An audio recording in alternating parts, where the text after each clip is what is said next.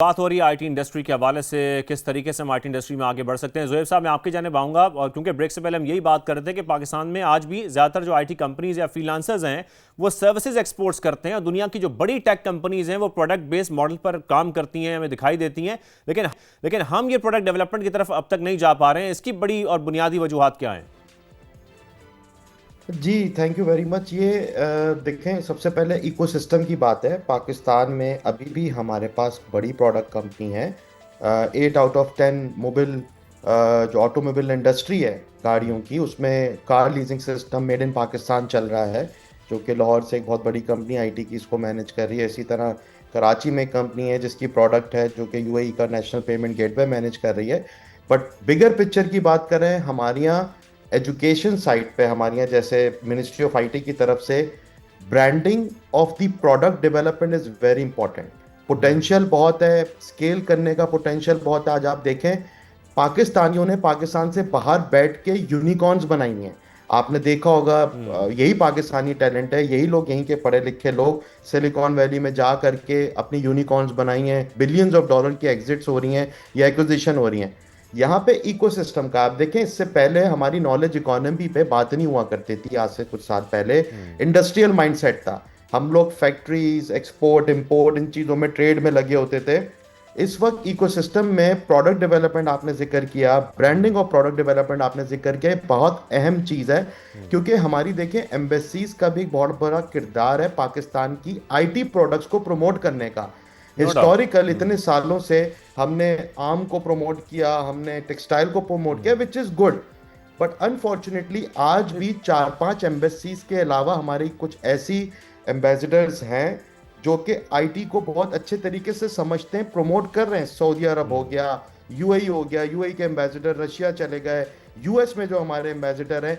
ऐसे ही अगर हमारी एम्बेसी और ट्रेड, जो ट्रेड के लोग होते हैं, आपके मिनिस्ट्री ऑफ कॉमर्स के ट्रेड अटैचीज होते हैं, एम्बेसडर्स होते हैं, राइट। उनका एक बहुत बड़ा किरदार है पाकिस्तान की प्रोडक्ट्स को या सर्विसेज को दुनिया भर में, उन मुल्कों में प्रमोट करना। That is very right. उसकी पाकिस्तानी प्रमोशन करना, उसकी प्रोजेक्शन अच्छी करना, ज़ाहिर है उससे बहुत बड़ा डिफरेंस आता है। अहमद साहब, मैं आपकी जानब आऊँगा। ज़ाहिर है अभी जिक्र भी कर रहे थे ज़ुहैब साहब, और ये भी बड़ा इंपॉर्टेंट फैक्टर है कि किस तरीके से अपने जो नौजवान हैं उनको हमने एजुकेट भी करना है। नौजवान जो फ्रीलांसर्स हैं उनकी अपस्किलिंग होती रहनी चाहिए, ये भी बहुत ज़रूरी है। पर सबसे ज़्यादा इस वक्त किस चीज़ की ज़रूरत है? हम टेक्निकल स्किल्स देखते हैं, बिजनेस सेंस इस वक्त हमारे नौजवानों में कितनी है, फिर इंटरनेशनल मार्केट को समझना भी उनके लिए कितना इंपॉर्टेंट है, और क्या इस वक्त जो हमारी यूनिवर्सिटीज़ हैं, इंस्टीट्यूट्स हैं, वो और इंडस्ट्री के दरमियान जो इस वक्त स्किल गैप है, आपको लगता है कि उसको भी बहुत कम करने की ज़रूरत है?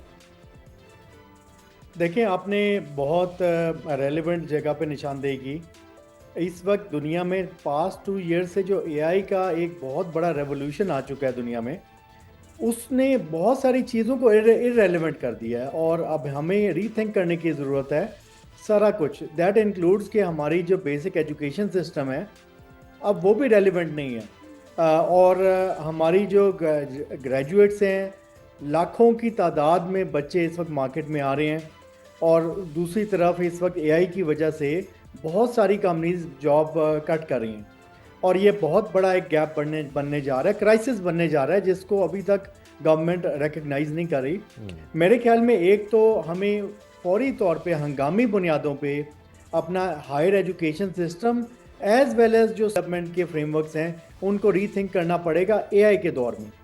दूसरा ये कि हमारे पास जो इस वक्त आपने का प्रोडक्ट्स डेवलप नहीं हो रही, तो हमारे पास जो मेक इन पाकिस्तान के हवाले से पॉलिसीज़ लेके आने की ज़रूरत है, जहाँ पे हम स्टार्टअप्स को एनकरेज करें, प्रोडक्ट डेवलपमेंट कंपनीज को एनकरेज करें कि लोकल प्रोडक्ट्स उनसे खरीदी जाएं, मार्केट में डिप्लॉय की जाएं। इस वक्त अनफॉर्चुनेटली हम प्रेफर करते हैं कि या तो सरकारी इदारे खुद से डेवलपमेंट कर लें, या बाहर से कोई टेक्नोलॉजी ख़रीद ली जाए, जिसकी वजह से हमारी लोकल सॉफ्टवेयर डेवलपमेंट या प्रोडक्ट्स बन नहीं पाती। और दूसरा ये कि यहाँ पे ईज ऑफ डूइंग बिजनेस नहीं है, जिसकी वजह से कंज्यूमर्स नहीं। आपने देखा कितनी स्टार्टअप्स पाकिस्तान में फेल हो चुकी हैं, बिकॉज यहाँ पे बिजनेस करने का माहौल बहुत टॉक्सिक है, और इसके लिए बाहर जाके तो कामयाब हुआ जा सकता है, मगर पाकिस्तान में बिजनेस के हालात ऐसे हैं कि यहाँ कामयाबी बिल्कुल अहमद साहब, ये अब हमारे शो में आप पहले भी जिक्र बिल्कुल कर चुके हैं कि हमारे जो इन्वायरमेंट है जिसको आप टॉक्सिक भी कह रहे हैं, ज़ाहिर है इसको हमें ज़रा ईज़ करने की ज़रूरत है कि ईज़ ऑफ डूइंग बिजनेस जितना होगा उतना हमारी हर सेक्टर के लिए बेहतर है। मैं परवेज साहब आपकी जानिब भी आऊँगा, लेकिन ज़ुहैब साहब एक कमेंट में इस पर आपका ज़रूर चाहता हूँ। ज़ाहिर है जब हम AI की बात कर रहे हैं, अभी अहमद साहब ने भी जिक्र किया, AI के दौर में हम देखते हैं कि ज़ाहिर है टूल्स का इस्तेमाल तो हो रहा है, बहुत ज़्यादा हो रहा है, इस वक्त हमारे नौजवान कर रहे हैं, फ्रीलांसर्स भी बहुत ज़्यादा इसका इस्तेमाल कर रहे हैं, लेकिन हमें अपने जो AI जो प्रोडक्ट्स हैं या प्लेटफॉर्म्स हैं वो भी अब बनाने की तरफ जाना चाहिए, कुछ आगे बढ़ना चाहिए। ज़ाहिर है जब तक किसी भी सेक्टर में ग्रोथ नहीं आएगी, किसी भी हम प्लेटफॉर्म को लेकर उसको ड्रैग करते रहेंगे, जब तक तो कोई फ़ायदा नहीं है। जी बिल्कुल, आपकी बात दुरुस्त है। इस वक्त इतनी चीज़ें आसान हो रही हैं एआई की वजह से। क्लाउड ले लें या कर्सर.ai या बाकी प्लेटफॉर्म्स ले लें। आई थिंक आईटी स्किल्स में हुकूमत ने जो इतना पैसा डेडिकेट किया हुआ है, मैं उसकी डिटेल में नहीं जाऊंगा, बट मेरी नज़र में अगर कुछ हिस्सा आईटी स्टूडेंट्स को उसका क्रेडिट दे दिया जाए ताकि वो उस क्रेडिट को इस्तेमाल करके इस वक्त नए एआई के टूल्स और प्लेटफॉर्म्स को यूज़ करके अपनी प्रोडक्ट डेवलपमेंट या सर्विसेज में इस्तेमाल करें, तो ये आईटी यूथ के लिए एक बहुत बड़ा एहसान होगा कि एक पर्टिकुलर हिस्सा गवर्नमेंट फंड से उसमें एलोकेशन और उस पर आरओआई इस तरह देखी जाए कि इसका रिजल्ट, इस पे product development, made in Pakistan promotion पे इन चीज़ों को मैनेज किया जा सके। बहुत तेज़ी से चीज़ें इस वक्त चेंज हो रही हैं आई को लेते हुए।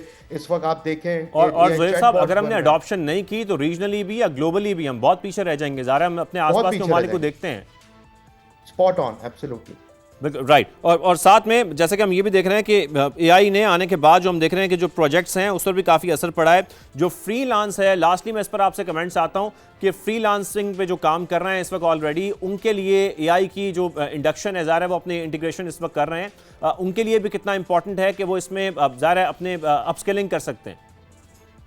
देखें, ये फ्रीलांसर्स का हम शुरू से बीइंग अ पाशा या आईटी इंडस्ट्री, फ्रीलांसर्स शुरू में स्टार्ट करने के लिए होते हैं, इवेंचुअली उनको अपनी कंपनी फॉर्म करनी पड़ती है।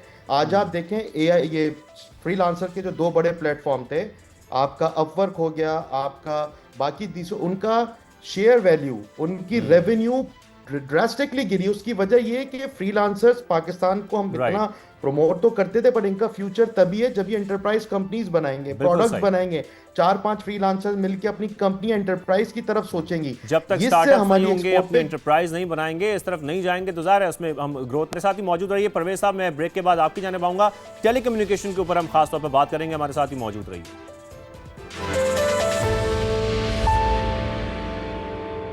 Welcome back. परवेज साहब, आपकी जानिब आऊँगा। लास्टली मैं आपसे कमेंट चाहता हूँ कि हमारा इस वक्त जो करंट इंटरनेट इंफ्रास्ट्रक्चर है वो डिजिटल इकोनॉमी को किस हद तक इस वक्त सपोर्ट कर रहा है, आप क्या समझते हैं? जी, इस वक्त इंफ्रास्ट्रक्चर हमारा बहुत लैकिंग है जी। इसको बहुत ज़्यादा इसमें इन्वेस्टमेंट की ज़रूरत है। पिछले सालों में इसमें इन्वेस्टमेंट नहीं हो सकी जो होनी चाहिए थी। उसकी बहुत सी वजूहात हैं। मिसाल के तौर पर फाइबर ऑप्टिक्स में इन्वेस्टमेंट इसलिए नहीं हो सकी कि वो राइट ऑफ वे बहुत मुश्किल से मिलता था और बहुत कीमती मिलता था, जिसकी वजह से राइट ऑफ वे की कीमत जो है वो फाइबर से ज़्यादा हो जाती थी। स्पेक्ट्रम की कमी थी। स्पेक्ट्रम कुछ अर्सा पहले गवर्नमेंट ने रिलीज़ किया, उससे पहले सक्सेसिव गवर्नमेंट ये करती रही कि स्पेक्ट्रम या तो रिलीज़ नहीं करते थे, अगर करते थे तो इतना महंगा होता था कि वो कोई ले नहीं पाता था। तो ये सब चीज़ें जो थी, इसकी एक और वजह जो थी, अंडरलाइंग रीज़न, वो हैवी टैक्सेशन थी जो अभी भी है, और वो टैक्सेशन की वजह से इन्वेस्टमेंट के लिए, जबकि हमारी सर्विसेज जो है one of the cheapest in the world. Thank you very much. इस वक्त वक्त की थोड़ी किल्लत है, मैं मजीद भी आपसे बात करना चाहता। Thank you very much. आपने हमें शो में ज़ुहैब खान साहब भी हमारे साथ मौजूद थे, सैयद अहमद साहब भी हमें ज्वाइन कर चुके थे। आप सबका बेहद शुक्रिया। हमारा वक्त खत्म होता है, इजाज़त दीजिए, अल्लाह हाफ़िज़।